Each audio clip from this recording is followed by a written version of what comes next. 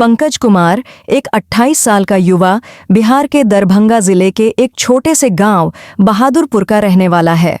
गांव में उसका परिवार खेती करता था, लेकिन सूखे और कर्ज ने उन्हें तोड़ दिया। पंकज ने 12वीं तक पढ़ाई की, लेकिन परिवार की आर्थिक स्थिति ऐसी नहीं थी कि वह आगे पढ़ सके। 2019 में 22 साल की उम्र में उसने बेहतर जिंदगी की तलाश में गुरुग्राम का रुख किया। यहाँ उसने पहले एक फैक्ट्री में काम किया, लेकिन 2021 में स्विगी डिलीवरी एजेंट के रूप में काम शुरू किया ताकि ज्यादा कमाई कर सके।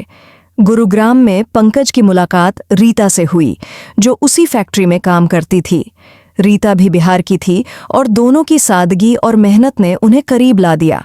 2022 में दोनों ने एक साधारण समारोह में शादी कर ली। शादी के बाद रीता ने फैक्ट्री की नौकरी छोड़ दी और घर संभालने लगी।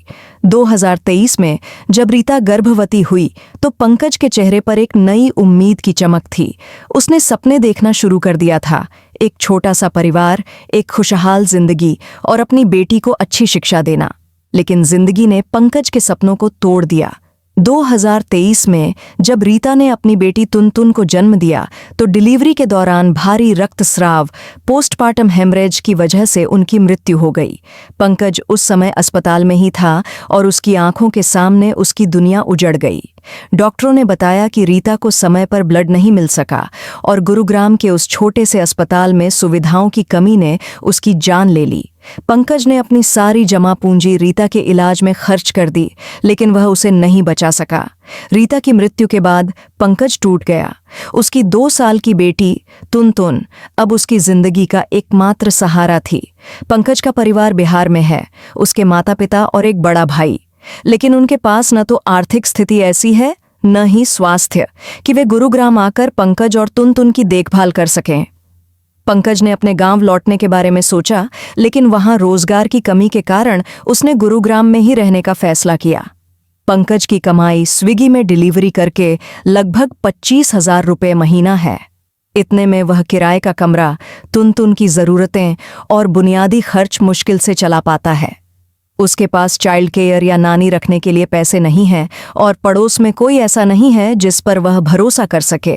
मजबूरी में पंकज अपनी बेटी को डिलीवरी के दौरान साथ ले जाता है। 12 मई 2025 को गुरुग्राम के एक सीईओ अमन मिश्रा ने पंकज को अपनी बाइक पर देखा। तुनतुन एक छोटी सी फ्रॉक में पंकज के सामने बैठी थी और उसने एक छोटा हेलमेट भी पहन रखा था।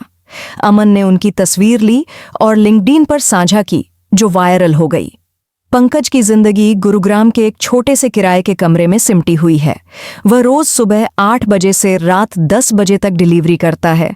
तुनतुन को वह अपने साथ ले जाता है और जब वह सो जाती है तो उसे बाइक पर ही सुला लेता है।